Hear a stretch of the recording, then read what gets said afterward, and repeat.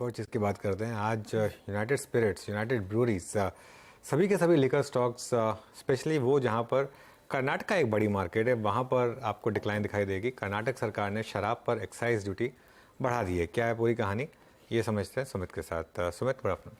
Good afternoon. देखिए, आज पूरा लिकर स्पेस, क्योंकि इंडिया में ज़्यादातर जो लिस्टेड प्लेयर्स हैं उनका मेजर एक्सपोजर कर्नाटका में है, तो आप यूनाइटेड ब्रिवरीज, स्पिरिट्स, रेडिको खैतान और इवन सोम डिस्लरीज, इन चारों स्टॉक्स को लेकर आए। चारों में ही आज आपको डिक्लाइन दिखाई पड़ेगा और कहीं पर तो डिक्लाइन 5-5, 6-6% तक का डिक्लाइन है। कर्नाटका में बजट आया अभी थोड़ी देर पहले और उस बजट में जो शराब पर एक्साइज ड्यूटी है वो बढ़ी है। IMFL पर एक्साइज ड्यूटी करीब 20% बढ़ी है। IMFL यानी कि इंडियन मेड फॉरेन लिकर जो होती है उस पर 20% ड्यूटी बढ़ी है और बियर पर एक्साइज ड्यूटी करीब 10% बढ़ी है। तो उसका एक तर्क ये भी मान रही है बियर कंपनियां कि क्योंकि IMFL ज़्यादा महंगी होगी कंपैरेटिवली बियर के, तो शायद उनको इसका फ़ायदा भी हो। तो कुछ बियर कंपनियां ये मान रही हैं। लेकिन ये 2012 से लेकर अब तक 7 बार एक्साइज ड्यूटी के अंदर AED यानी एक्साइज ड्यूटी जो है, एडिशनल एक्साइज ड्यूटी, इसके अंदर बढ़ोतरी होते हुए दिखाई पड़ी है। कंपनियां लगातार मना कर रही थी कि ये ड्यूटी ना बढ़ाई जाए क्योंकि डिमांड ऑलरेडी श्रिंक हो रही है, लेकिन फिर भी जो गवर्नमेंट है उसने ड्यूटी बढ़ाई है। उसकी वजह भी है क्योंकि उनके लिए एक बड़ा रेवेन्यू सोर्स यहाँ से आता है। बीते करीब 12 साल में 8,000 करोड़ रुपए के आसपास के जो रेवेन्यूज़ कभी सरकार इससे उठाती थी वो अब 12 से 13,000 करोड़ रुपए के आसपास उठाना शुरू हो गई। तो एक बड़ा जंप रेवेन्यू सोर्स में गवर्नमेंट की तरफ से आया जो पेट्रोल से भी ज़्यादा रेवेन्यू इनके लिए जनरेट करके देता है।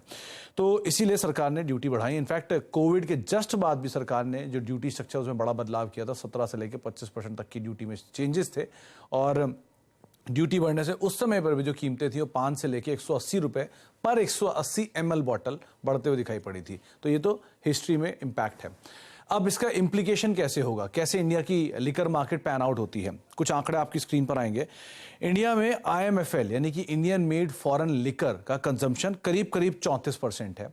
इसके अलावा बियर का कंजम्पशन 33% है। तो ये दोनों डोमिनेंट है, मिला के 70% से ज्यादा हिस्सा इन दोनों की तरफ से आता है।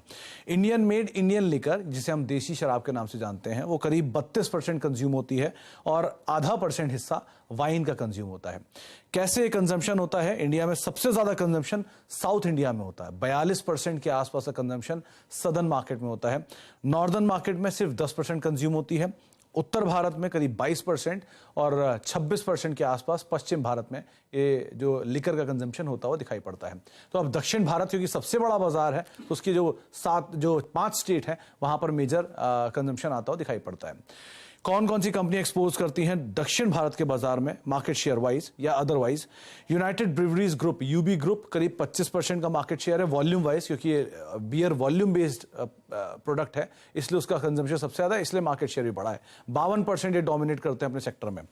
डियाजियो यानी कि यूनाइटेड स्पिरिट 17%, इसके बाद आता है कार्ल्सबर्ग 8%, रेडिको खैतान 3% और अन्य यानी कि इसमें बाकी नॉन लिस्टेड प्लेयर हैं सब मिलाकर करीब करीब 47%। अब कर्नाटका कम जरूरी क्यों है, ये सबसे इंपॉर्टेंट है। कर्नाटका में ये इंपैक्ट आया है। कर्नाटका देश में सबसे ज्यादा कंज्यूम होने वाला जो लिकर कंज्यूम होता है वो यहां पर ही होता है और बियर के हिसाब से सबसे बड़ा प्लेयर है, ये सबसे बड़ा स्टेट है। यूनाइटेड ब्रिवरीज के मुनाफे का 25 से लेकर 28% हिस्सा सिर्फ कर्नाटका से आता है। ये सबसे बड़े प्लेयर हैं, 52% मार्केट शेयर डोमिनेट करते हैं बियर मार्केट के और 25% हिस्सा वहां से आता है। सोम डिस्लरी में हाल में एक्सपेंशन किया है। इनके कुल कारोबार का 95% बियर से आता है कर्नाटका में और कर्नाटका के कारोबार का, और 5% IMIL से आता है।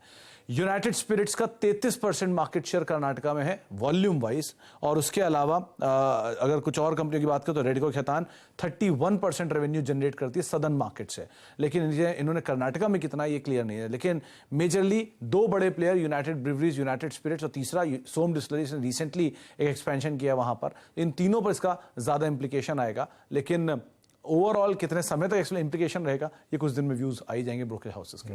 बिल्कुल। तो क्लियरली नेगेटिवली इम्पैक्टेड स्टॉक्स, इस पर मैं सबसे बड़े एक्सपर्ट की सलाह ले लेता हूँ एक बार। वीरू, जरा बताइए क्या करें हम इन स्टॉक्स में?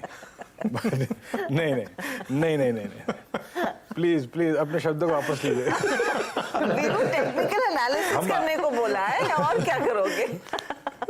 नहीं, एक्सपर्ट ओपिनियन लेते हैं प्रकाश सर का। ऑटर्स क्लब के मेंबर है वो। आप मालूम है मनोज, सबसे वरिष्ठ वही है। जब अनुज ने बोला तो मुझे पहले रियलाइज नहीं हुआ, फिर थोड़ा वक्त लगा, बड़े एक्सपर्ट बिल्कुल है आप। वो वीरू ना एक्चुअली व्हाट्सएप पे मुझे कुछ मैसेजेस भेज रहे थे जो सुमित का लिंक चल रहा था, तो मैं सोचा क्यों ना पूछ लो वीरू से। लेकिन पहले मुझे थोड़ा भी अंदाजा नहीं था, it takes time. Veeru you are an expert, honestly हम मानते हैं, एडमिट करते हैं। कंसीड टू आप बोलिए। पर यूनाइटेड स्पिरिट तो वीक नजर आता है, शायद प्रॉफिट बुकिंग आ सकती है इस जगह पर, इतना ही है कि लेकिन चार्ट स्ट्रक्चर पॉजिटिव है, और ये स्टॉक मेरे पोर्टफोलियो में है। थोड़ा वीक है, पॉसिबल 900 पॉसिबिलिटी है, स्टॉप होगा 930।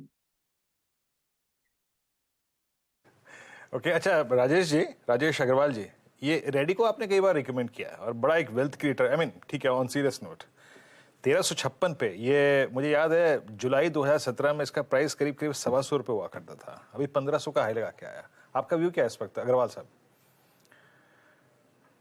देखिए लॉन्ग टर्म की होल्डिंग के लिए हम अभी भी अच्छा मानते हैं, और आपने सही कहा कि हम इसे जब से रिकमेंड कर रहे हैं उस समय से 4-5 गुना हो गया है।